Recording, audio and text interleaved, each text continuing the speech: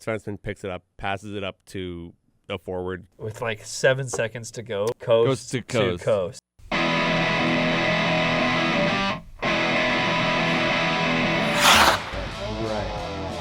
What? It's actually, yeah, Mike, please don't touch him, he's pretty.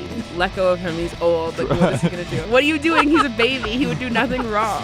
Guy loves chicken, too. Chewbacca? I said $1 million and the rights to Newfoundland. She answered the question! Agree.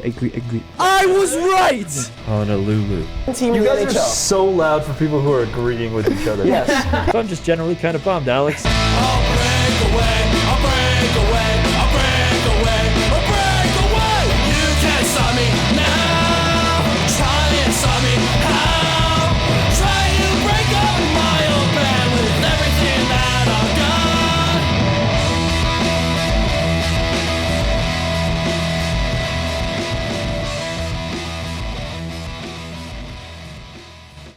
It is just the three of us here for another show, and just like my voice, Calgary's just kind of hanging around. Hey, we're still in a playoff spot. That's not really a brag considering the rest of the Western playoff landscape. Yeah, it's true. Yeah, Calgary's dropped their last 4 since beating the Minnesota Wild 4-3 in a shootout, losing 4-3 to Ottawa, a 2-1 overtime loss to Detroit. And the last time we talked to you guys, they had not played Columbus or Pittsburgh, and then they got canned by both teams. 5-2 loss to Columbus and a 6-2 loss to Pittsburgh. Yeah, as we hop into the Calgary Flames, welcome to another Tuesday edition of the Coast to Coast podcast. I'm Phil Tremblay. Next to me, like usual, Mr. Marek Robinson. And next to me is the man who's currently going through puberty. I'm hating life right now. This sucks. Alex Fricko's brutalizing this it, sucks the worst. But he's still here on set. Hey, you can keep him out. Pry me away from this show. Yeah, that's the attitude we need. Anyway, as we move on from what was probably the second most emotional night the Calgary Flames will experience tonight, and then we move on to the most emotional experience that they're probably going to get, which is going to be tonight. You found it. We got there eventually. Can we also talk about the fact that this game, like the last Flames Columbus game, was violent? Oh, dude, it was crazy. Dude, Merzlikins was about to use his blocker as a weapon. He did. He tried to fight Uyghur. I'm looking at the penalties. Here's the second period. Fighting, boarding, roughing, fighting. I think there was a lot of issues with, or maybe that was a Penguins game that I was thinking of as well. No, it was the Columbus game where the one massive hit on, what's his name, on a Flames player, and it really, really should have been a 5-minute and a game, but it ended up being a 2-minute minor. Oh, Costco. No, it wasn't on Costco. I thought it was on Costco. No, it was on boarding against Joel Hanley. Hanley. Yeah. Hanley, sorry. So that was another brutal one. Like, I'm not one to blame it on the refs. I don't do that very often. We did not play well. However, that should be a 5-minute and a game every day. Like, that was ridiculously dangerous. Well, that you could also argue too. Ever since that call, like Popisil fought Matthew because the guy that hit Joel Hanley was Matthew Oliver. I probably botched that name. One of the biggest heavyweights in the league. And then Popisil fought Oliver. And Oliver fought Lomberg. I think it's actually Olivier. I'm going to say Olivier. Yeah. And then Olivier took on the heavyweight of Ryan Lomberg and... Lomberg's not a heavyweight. Not anymore. Not a heavyweight. Because Olivier was very hyped after the fight, which I think helped get the crowd and get the boys fired up. We saw Lomberg in that one fight a few games ago. It's the New Jersey? Again, the New Jersey game where he just was feeding right-handers. It wasn't a fight. And then so the two dichotomies, I guess, there of him feeding those right-handers to getting fed multiple different directions of hands. It was that I saw that from Lomberg. I was like, that was cool, but you didn't do as well as you did last time. I was like, oh, he's fighting Lomberg. This is gonna be great, and then didn't work out. Well, I mean, Lomberg can hold his own against people that are his height. Yeah, like Olivier is huge. When Olivier's very much not his height. Big boy. Yeah, like Olivier's in the reach advantage matters. Yeah. But I'm gonna take a page out of what a lot of the guys on the broadcast were talking about during the live game, and that is, yes, it's a loss. The Penguins game as well, also a big loss. I didn't hear the commentary for the live game. I was at work for the Penguins, but for the Columbus game, there was a lot of talk about how, yeah, it's a loss, but A, emotional night. B, you're standing up for your boys. The camaraderie on that bench that night, I think, took a big step. And I think coming off of this treacherous road trip, I think we're going to see some more improvements. The Flames are going to be back to how they were a bit ago. And Wolf got his second assist in that Columbus game. Wolf, yeah. And that Pospisil fight. Which one? Exactly. I sent this, they put it up on the screen. 3 career fights, 2 of them were on that night. Can I say something about Pospisil now? If he's fighting twice in a night, he shouldn't be above third line. No, he really shouldn't be. And he's first line tonight, I think. He's first line? I think he's first line. Way he's first line tonight. Because Kuzmenko was healthy scratched. Could indicate a possible trade, but has he been playing? Has he been underperforming? Slightly, not insane. Where's he the point of? Where's he in the lineup? Third line. Third line. So I think. Yeah. 25 games played this season so far. He has 1 goal, 8 assists for 9 points, and has a -4 on the year currently. Like, that's not great for the hype that there was around Kuzi when he came over from Vancouver last season. He was struggling a lot pretty well. That last season. He did okay. Yep. I'd say he's struggling more now than he did last year. He had a massive point drop. He had, in his first season with Vancouver, he had 74 points. And then that was in 81 games. In 43 games, he had 21 points.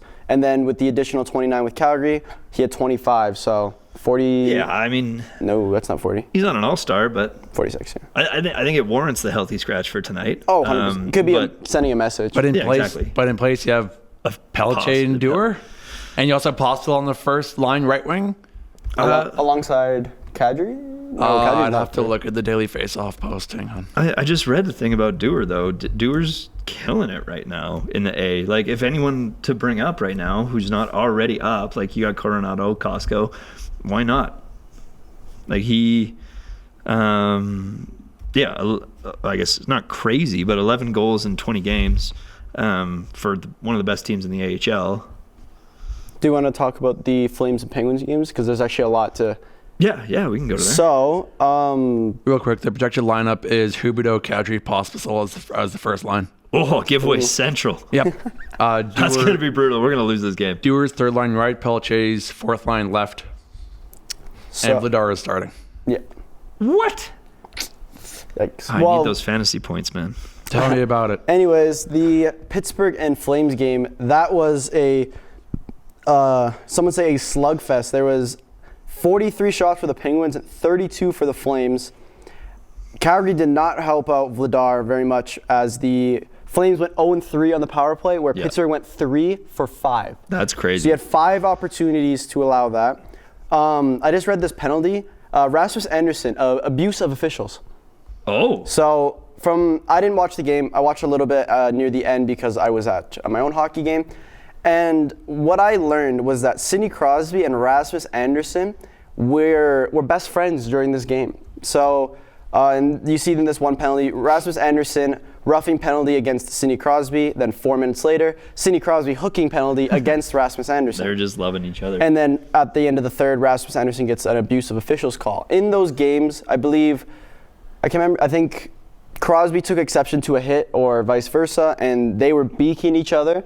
And then when Crosby was on the bench, Anderson did the whole whoo, Mascari, and Crosby laughed in his face. Yeah, I think one prop I'm going to give to both sides on this game, both goalies, I was very impressed with. 43, like you said, 43 shots for the Pittsburgh Penguins, so that means that's a 37 saves for Vladar, and then 32 shots the other way, 30 saves for Nedeljkovic. A lot of his saves were insane. Yeah, he had that one set play by Kevin Ball. Yeah, I thought Calgary had a lot of pretty exciting chances, and honestly, Ned made it a very different game. Obviously, when you're getting outshot 43-32, slugfest, and obviously Penguins came out on top on that one.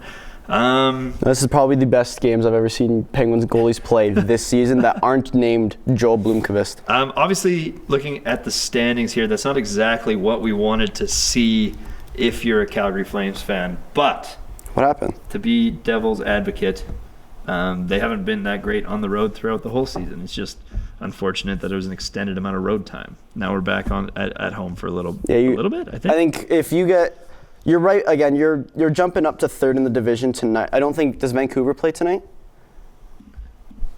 Because if not, I don't recall seeing. Oh, I think they do. they might. Yeah, they play the Minnesota Wild. So assuming the Oilers lose, so assuming the Oilers lose and the Canucks lose and Calgary wins, Calgary jumps from 5th in the Pacific to 3rd. Yeah. And now we've got our homestands. We're better at home. It kind of baffles me that Wolf's not starting tonight. Because Wolf has been insane at home. Just about that abuse of officials penalty.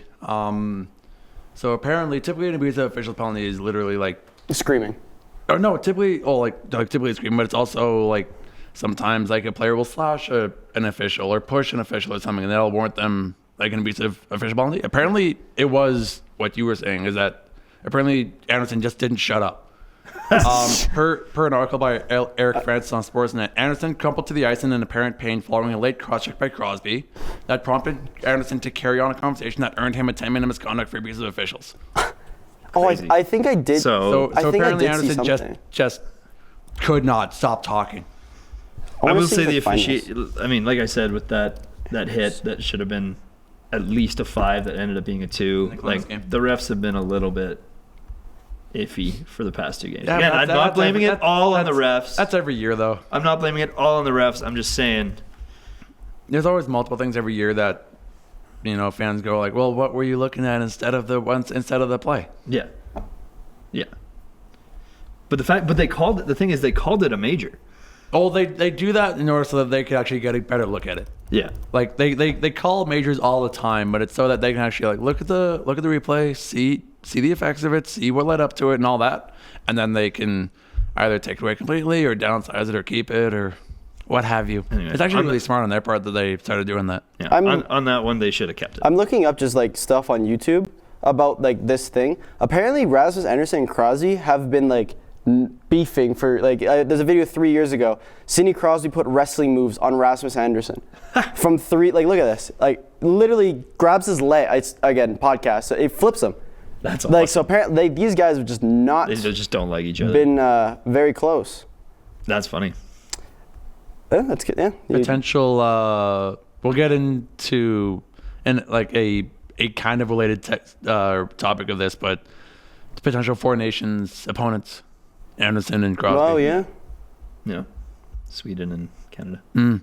Not like Anderson's going to be on Team Canada, like I said he would be last week. That will be announced tomorrow. That'll be tomorrow. And there will be on Thursday. We are obviously going to talk about it. But for breaking news, be sure to check out Coast to Coast on TikTok, as I will be kind of making a few videos on it. But to get a full in-depth detail on it, please check out the show. Check Thursday. out the show. Anyway, before as trivia, we got some fun trivia coming your way again. That is coming on Thursday as well. Thursday.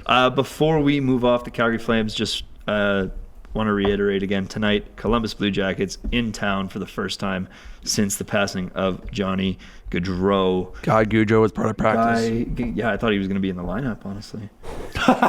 Do you need it? I mean, can he play goalie? Whack him on 4th line. He can put him with Lomberg. He can center Pelletier. Lomberg would protect him so. No, what you got to do is you got to take this game into overtime. You put him on 3-on-3, scores the game winner. Yeah, or if they go to shootout. You put him second. Guy Gaudreau's the first shooter. You got to put him second because you have to have Costco as your last shooter. Yeah, you gotta. I've been pretty outspoken about it. I think something's going in the rafters tonight. They would have announced it. I think they would have announced it. There's so much saying everything that's planned for tonight has been pretty kept under lock and key. Everything's been pretty secret for what they're planning to do tonight. I read that's what I read. Okay. So I think. Where did you read that? Just on Twitter. Okay. From some sources. Okay. From some sources. I don't remember who, but I think if it's not a full jersey retirement, it's going to be the Forever Flame, or they're going to just put the number like Columbus did. I think they would have announced it. I don't know. Columbus didn't either. Let's see. I mean, it's gonna be special. Obviously, the Gaudreaus are in the building. What did Columbus do? They put it on the paint, and I think they have a 13 in the rafter. Yeah, it's just. I don't think it's not a retired. But it's like thing. kind of a forever a blue jacket. You know what I'm curious Would to see? you want to be a blue jacket forever? Rick Nash. It's a long time to be a Blue Jacket. I know Rick Nash wasn't a long a time Blue to be a Jacket Blue forever, but he's one of the known Blue Jackets. I think Rick Nash. Yeah. Do you think every time the cannon goes off when the Blue Jackets score, like the Johnny Gaudreau number. Dude, after shakes a little bit. Every time I hear that, I always think of that Johnny Gaudreau clip where he's like, Where he gets scared. and like, he's like, dang it. Yeah, There are a lot of seats available for the game tonight. I feel like they would have announced it. I don't know. Hey, I don't know. Just try and get more butts in seats. I'm surprised there's a lot of seats. There are quite a few available.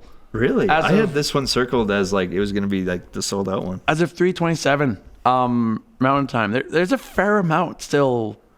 Maybe I'll call in sick to work. No, I don't. No, I'm gonna. Yeah, I can't handle being there anyway. That's not something you say out loud into a mic that's gonna get published on YouTube. Maybe we'll just. It's call okay. in. By the time this is up, I'm gonna be at work anyway. Yeah, That's true. Or at the game. Shush. So I think moving on, someone could say, how was your weekend? Oh, the weekend was fantastic. That was a pretty great transition, Marek. And It actually got used this time. It did. although with that transition, you want me to start with Tanner Howe, I'm not going to start with Tanner Howe. I'm going to start with how my Sunday morning started. Hey. And so my Sunday morning started after 2 hours of sleep, waking up at 7 in the morning to go see the Calgary Superheroes. And that was with Casey Freeman? Casey Freeman was also there.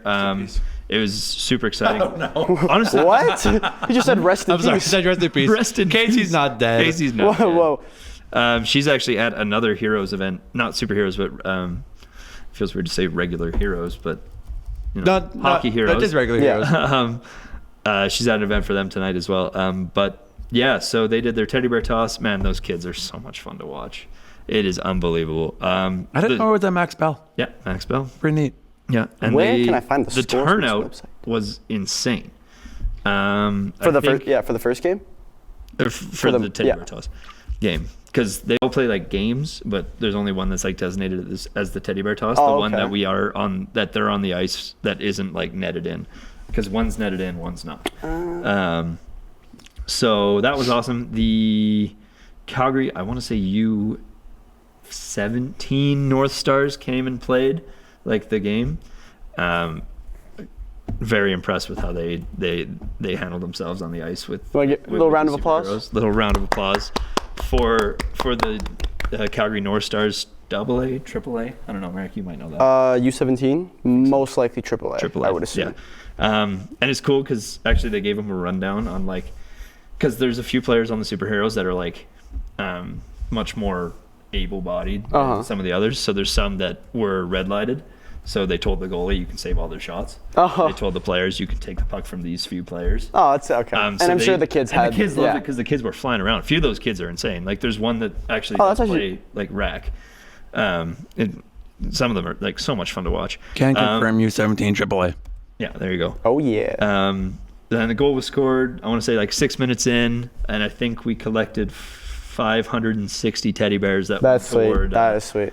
Went towards the Hitmen count at the end of the day. 547. Where do I think I know the answer, but I can't remember. Where do the teddy bears go again? For the Hitmen, it's the Children's Hospital. Sweet. Yeah. I think it's one of the greatest traditions in sports. I think it's got to be one of them. And specifically in Calgary sports. Yeah, and then so after that, it was super exciting. All the kids were so happy. The kid that scored the goal, you could see a smile from him. Oh, that's so sweet. Skating around. Oh, that's so sweet. Oh, it was so good. And then we went to the Calgary Hitmen Teddy Bear Toss. And can I sum it up in one word, or in a few words? How you doing? How you doing? Moose Jaw is doing poorly. We teddy bear tossed them into a rebuild.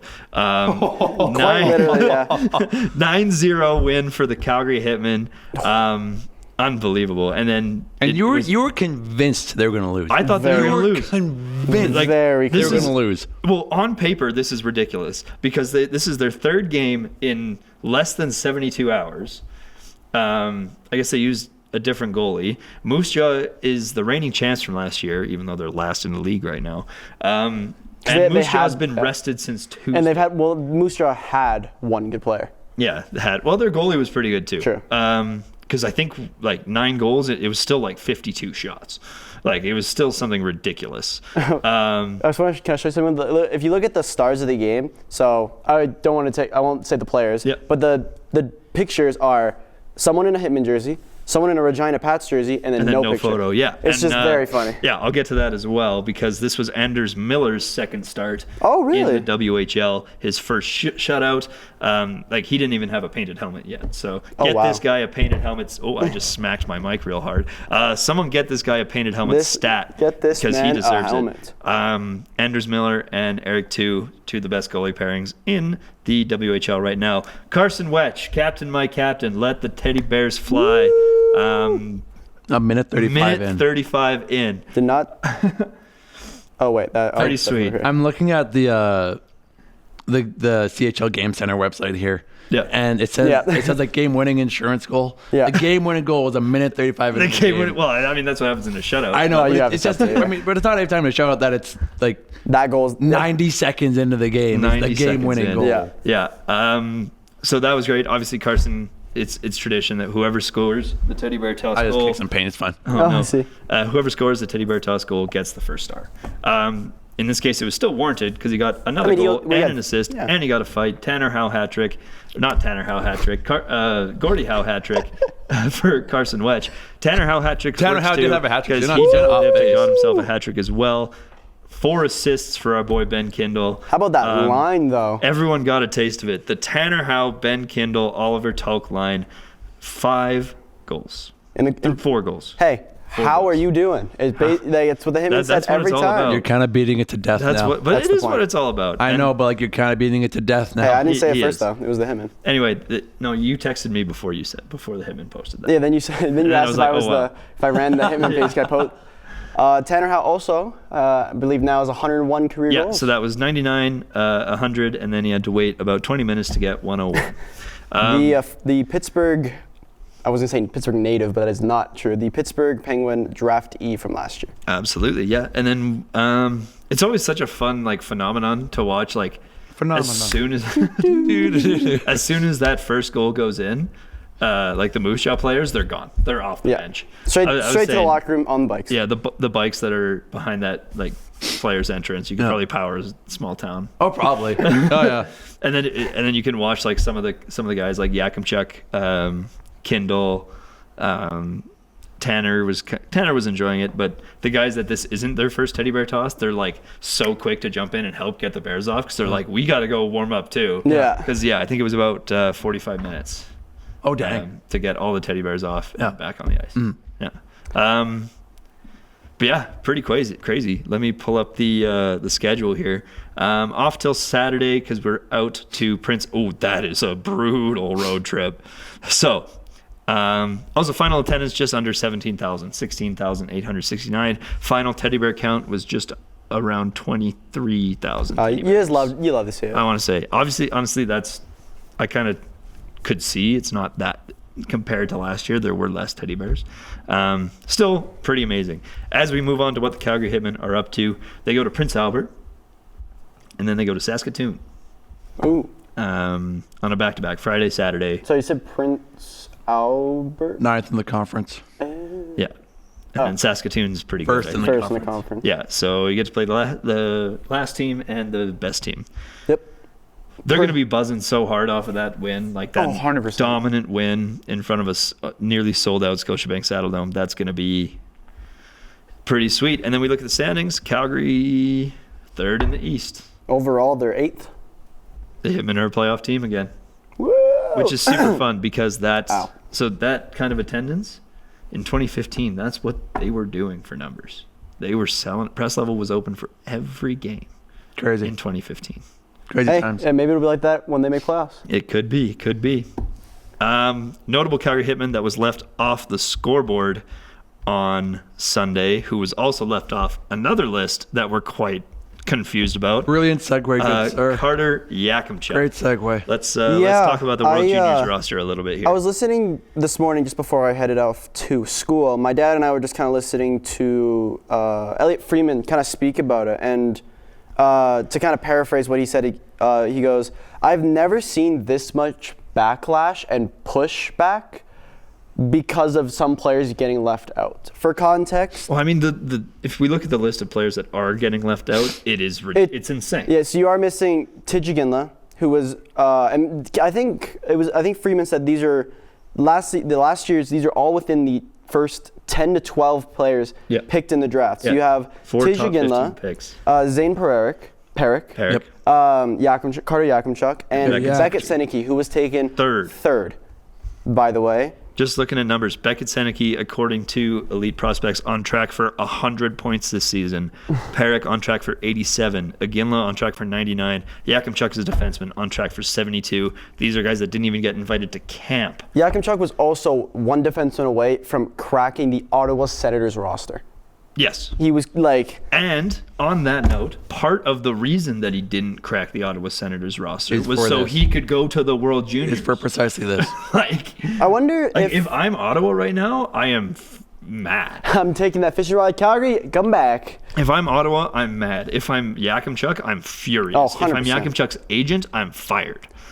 And I think we were just looking at some... There's no Flames draftees, obviously. No. There is... the only one who's related to the Calgary in general is Tanner Howe. Tanner Howe, and he is a Pittsburgh draftee as well as... Signee, sorry. And then Harrison Brunicky, who's also from Pittsburgh.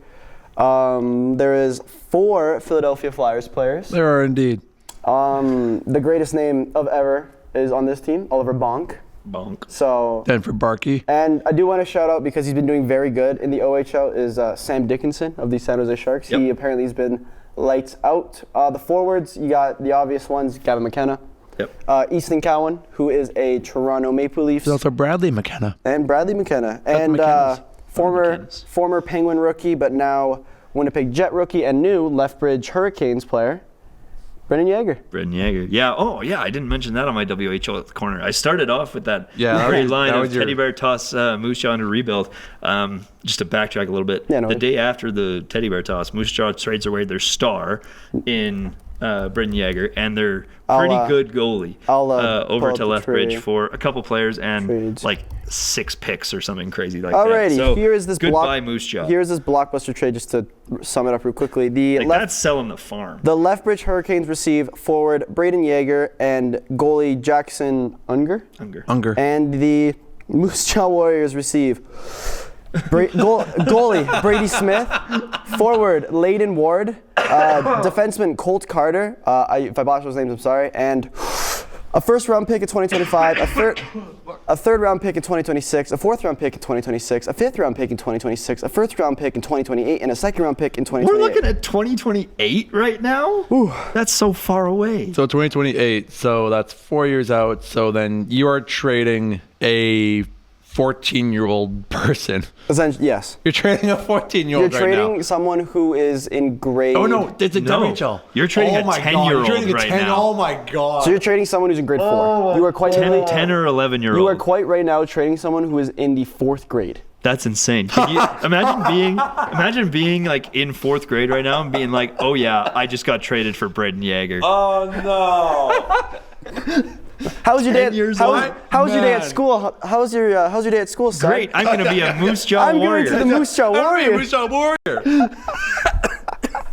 Oh, that was amazing. That was good. I think I don't know. I think I agree with the majority here. Is WTF? Why is Tej Ginla, Peric, Yakimchuk, and Seneke not here? Like, you at least have them in camp. Yes. Like, it's not even on the camp roster. Like, you're never guaranteed a roster spot unless you're like the best of the best, i.e. Gavin McKenna. That pretty much he was guaranteed a roster spot. A few years back, it was Bedard. Like, right now, that's kind of like leaving Macklin Celebrini off Team USA. Yeah. Yeah, because he's Californian. Yeah, but I don't think he'll play for them just because he's with the Sharks. Yeah, probably not.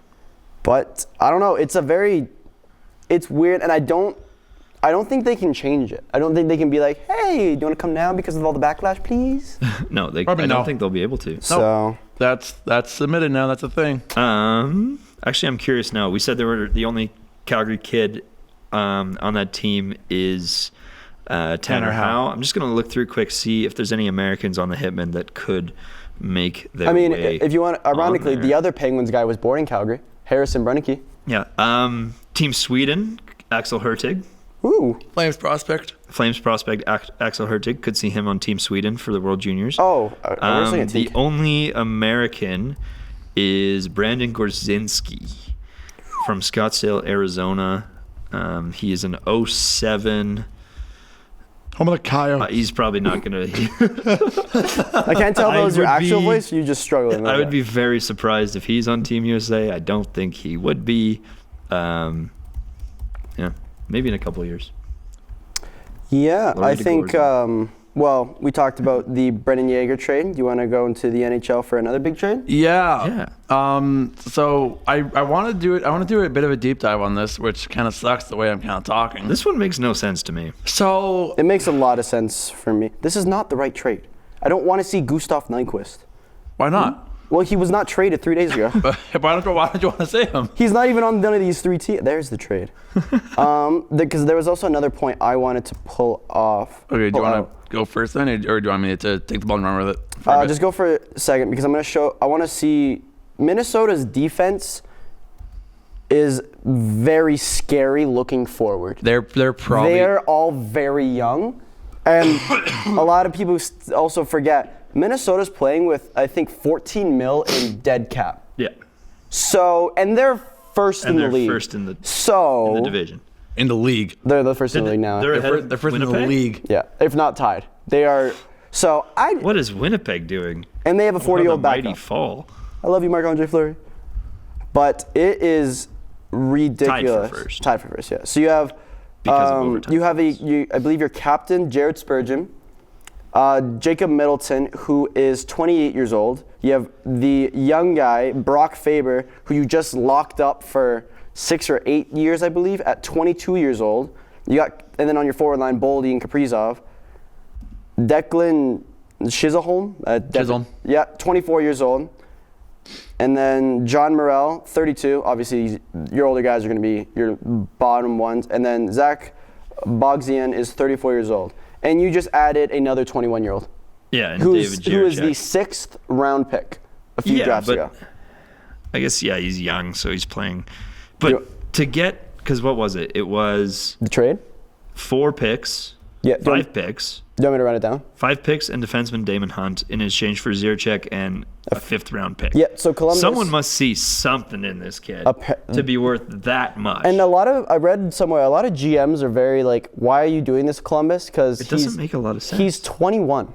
I think David Jiricek is 21 years old. I may be mistaken. I'm checking that right now. Oh, yeah, he's 21. He's 21. He's played 6 games this season for the Jackets and got an assist in 1 of them. So why are you his career? He's played... Like, last season he had 43 games. And I get you're not... 10 points, though. Unless you're like a McDavid, a Bedard, ironically, even a Celebrini, a Crosby, or elite guys, why are you trading a 21... Like, a 21-year-old's not going to come in and be like, I'm going to get every point ever. I'm going to score all the goals. I'm going to do all this. Why are you trading him? And something that's widely unknown about this.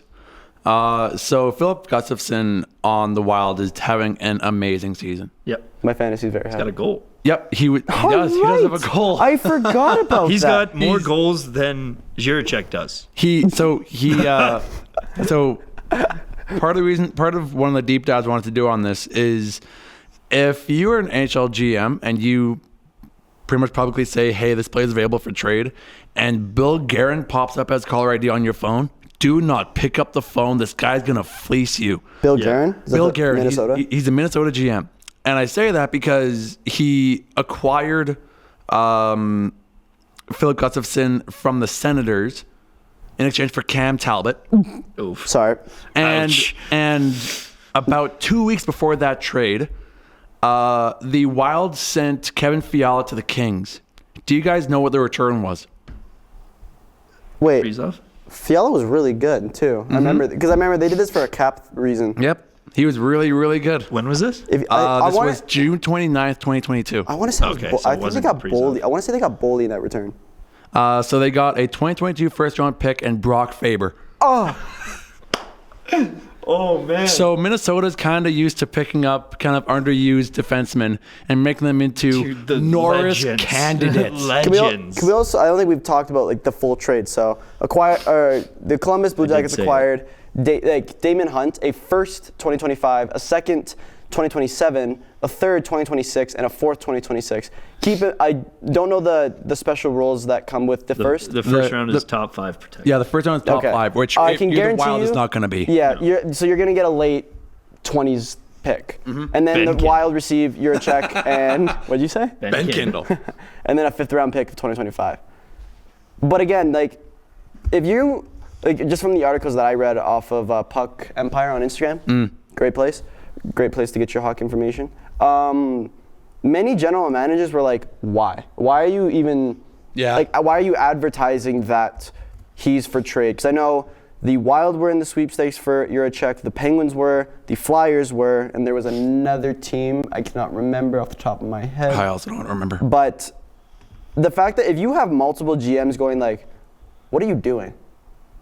Yeah. Like, why are you, then you're like, people who are in your position in other teams are going, WTF, what are you doing? You're not doing your job right. So I think part of that is, honestly, I think they soured their relationship with Juracek, Columbus management being them. I think they incredibly soured their relationship to the point where Juracek's like, okay, please get me out of here. Like, I don't think he requested a trade. That's not what I'm saying. I just think, like, sometimes things don't work out. And this is, if you're Don Waddell in the Blue Jackets front office and you're making this trade, you better have you better bet your mortgage on your scouting staff. Yeah. Because holy. Speaking of scouting staff. Yes. This is a little bit off topic, and I very much apologize. No worries. Go ahead. 3 hours ago, Sportsnet Scouts analysis ranked the top 40 prospects. Okay. For the draft. Sure. Number 1, Matthew Schaefer from the OHL. No idea who he is. I scrolled until I found the name I was looking for. Ben Kindle sitting at 29, which is still a first-round draft pick. Sounds like he's going to the Minnesota Wild. Quite literally, it does sound like it. Ben Kindle, you are a Winnipeg Jet. Hope you brought your snow coat. I'm looking at Columbus's kind of draft history, and it's fairly similar to like a lot of other teams. You know, like there's a couple first round and second round and first overall and second overall picks that have played a bunch in the NHL. Can I ask you guys some weird questions? Sure. So ironically, the Damon Hunt guy is also 21 years old. Yep. I'm going to ask you, again, these are completely different situations with completely different players. Yep. But these are all players who are 21 years old, and I'm going to ask you if you would trade them. Okay. So Jake Sanderson from Ottawa. No. Matt Rempe. Possibly. What would you get for Matt Rempe? A conditional pick of future considerations? Yeah. Lucas Raymond. Maybe like $7 and a cup of coffee? Yeah. Lucas Raymond. He's not you're asking if I would trade him. He's not an untradeable person to me. No, I know. I'm just saying. I can see a world in which I would trade Raymond. Okay, I get that. In which? So these are all 21-year-olds. So would you trade Jake Neighbors? Who? Again, I would have to have a dumpster fire in order to even consider trading Jake Neighbors because he's a promising guy. All right, Jan Kuznetsov? Yeah. He's pretty good. He's got 1 game played. Nope, never mind. I would. All right. Sure. Yeah. Why not? Just rapid fire, yes or no. Would you trade Brock Faber? No. No. Luke Evangelista. Yeah. No. Possibly. Jamie Drysdale again. No. Sure. Will Cooley. Cooley. No. He's promising. Quinton Byfield. No. Possibly. Yaroslav Askarov. Yes. Maybe. Well, he's already been traded, I guess. Yeah. So you see those, you do not have a definite yes. And I get some of these players aren't like obviously Quinton Byfield 80 games played. Obviously Brock Faber 82. So it is a bit of a stretch of a comparison. But none of even the Jan Kuznetsov guy, you guys who's played 1 NHL game, you guys didn't even say yes to trading him. So why would you give up on a 6th round draft pick? Because you're getting six overall. 6th pick. Because you're getting 7 draft picks in exchange. What year was he Just drafted? big on the 2022 over there in Minnesota. Apparently. Or Columbus, I guess. Picks. Yeah. I don't know. I'm curious to see who was drafted 6th overall the past few years. So when topics like this come up, I always want to see, okay, who is picked around him? Do we want to know? I would find it kind of funny. Let's see it. Let's see. Is there anyone that was picked kind of later that I find quite funny? So the first. Sorry, what year was this? 2022. So the first 5 ahead of him were Juraj Slafkovsky, Simon Nemec, Logan Cooley. Oh, this was the Shane Wright draft. Carter Gauthier and David Juracek. Yeah. Juracek going 6th to Columbus. Behind him, Kevin Korchinski with Chicago, Connor Geeky, Pavel Mintyukov, who was Ducks defenseman. Yeah, kind of in vaguely sort of ish in kind of Calder talks early in his for like a week. His season. Yeah, for like a week. Rutger McGroarty. Owen Pickering's down there as well. Woo! Did Calgary not have a pick? Am I stupid? In the first round? I don't think so. We didn't. I thought this was kind of funny. So some notable 6 players that have been drafted these past few years that were picked 6. So you have Tijji Ginla. Yeah. Jamie Drysdale, Moritz Seider. Obviously, you're going to keep going down. Cody Glass, Matthew Tkachuk, Pavel Zacha, Sean Monahan, Hampus Lindholm, Ekman Larson, and now we're going like really Scott Hartnell in 2000. Hey, Scott Hartnell. Mikko Koivu. So and Cody Glass, I guess if you wanted to say that. But again, most of these players are on their respective teams compared to a few. So in that draft that we were talking about with Juracek, yep, sitting in the 51st pick, Jack Hughes. Oh, not that Jack Hughes. Oh, is that a different Jack Hughes? That's a different Jack Hughes. Oh, that Jack Hughes has played no NHL games. Oh, that would have been so funny. I thought I found some dirt. No, that's a different Jack Hughes, much like the other Elias Pettersson. Oh, right. Or the other Sebastian Aho. People who've played NHL games. The other Sebastian, I like that other Sebastian Aho. It's funny. I remember when they're in the playoffs and it was literally a one-on-one of Sebastian Aho against Sebastian Aho. And hearing that announcer try to figure it was like, Sebastian Aho walks around Sebastian Aho. Aho shoots, he scores. And it's like, who did who and who did what? But yeah, like, oh my goodness, notable names. Obviously, on the topic of the 2022 draft, who do you think's the best there? I'd have to go up on the tab. Hang on a second. Well, I got to see, like, Oof. I got to go through all the players, unfortunately. I mean, it's from 2 years ago, so it's a little bit too early to tell. I'm really liking Logan Cooley so far. Yep. Juraj Slafkovsky. Yeah, Slafkovsky. It's hard to argue Slafkovsky right now. Like, give me a second. He's one of the top guys in Montreal. I'm still going through all the. So who is this guy? So with Juraj Slafkovsky, 74 points in 142 games, 98 penalty minutes. That's a lot of penalties. You'd want to see that come down a bit. That's why I mentioned Logan Cooley first. 64 points in 107 games and 28 penalty minutes. That's pretty good. I don't know. I think I'd favor Cooley over Slafkovsky right now. Also, notable thing, the Columbus Blue Jackets traded up, I believe. Pardon? Chicago traded Columbus from Chicago, like the 6th round pick was traded from Chicago to Columbus. So you have to assume maybe that they traded up for Juracek. So, and then 2 years later, bye-bye. Yeah, see you later, alligator. They traded up for Juracek. Oh my God. Brutal. I forgot Owen Pickering was in this draft. He's been doing pretty good for the Penguins recently. Look at that. Hey, Owen Pickering. Oh, hey. Where are we going now, Alex? I can't do the thing. Sorry. One other player. We have 5 minutes left, so not really anywhere. Lane Hudson was in this draft. Oh. He exists. He does. And He's a person. Matthew Poitras. Who? Plays for Boston. Yeah, plays for Boston. Okay. Owen Beck. Any Hitmen in that one? I don't think so. No. That was kind of a rough year for the Hitmen. Control F, Hitman. Nope, 0. Wait, actually? Control F, Hitman. Control F, Hitman. No. 28 players from the WHL, 0 Hitmen. Well, no one likes real Hitmen sometimes. Those are pretty bad. Yeah, because I guess Sean's draft would have been the year before that. Yeah. Rutger McGroarty. What's that guy doing? Currently not much. Playing hockey. He is playing hockey. Oh, boy. Isn't he getting ready for the AHL? Canadian camp? Didn't we say he's on there? I don't think Rutger's Canadian. Rutger, no. We said Yeager. Yeah, I don't Brendan think Yeager. McGroarty's on there. I think he's American. Yeah. I don't know, man.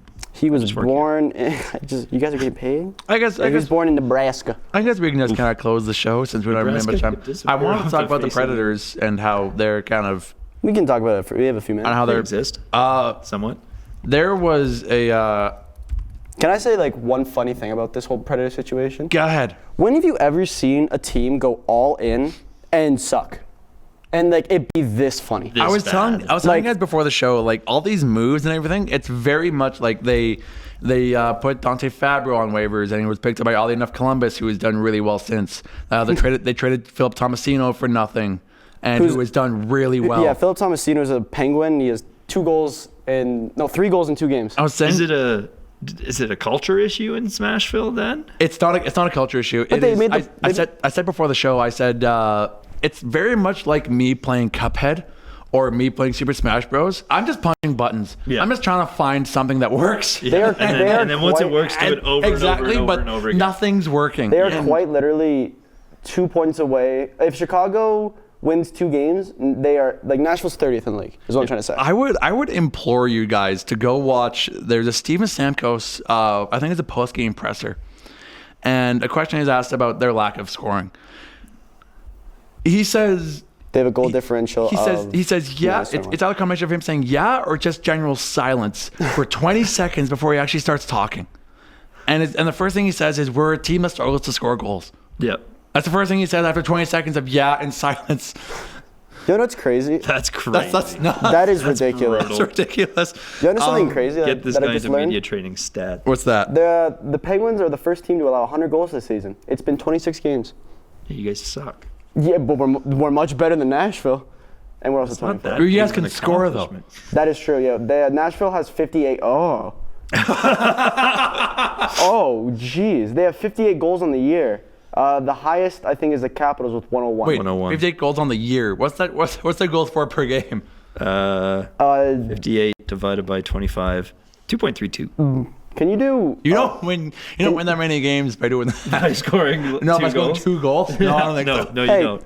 Like, that's actually really funny. Need me to do any more math while I got my calculator up? 72 divided by 26. 2.76923076923076. 100 divided by 26. I don't know. I wanted 3.8. That's how many goals Pittsburgh allows on average. Oof. I wanted to get into. That's not great. Like the Lightning. Yeah, we're 24th, and I mean the Predators a little bit deeper. The Lightning. I said Lightning because I'm looking at this Reddit post. I want to get into the Preds a little bit deeper, especially. We got a few more minutes. I mean, we have one because Phil has to go places. A few more minutes. Come on. Yeah. So I was just gonna say that Barry Trotz, much like I think I said Patrick Waugh sometimes like.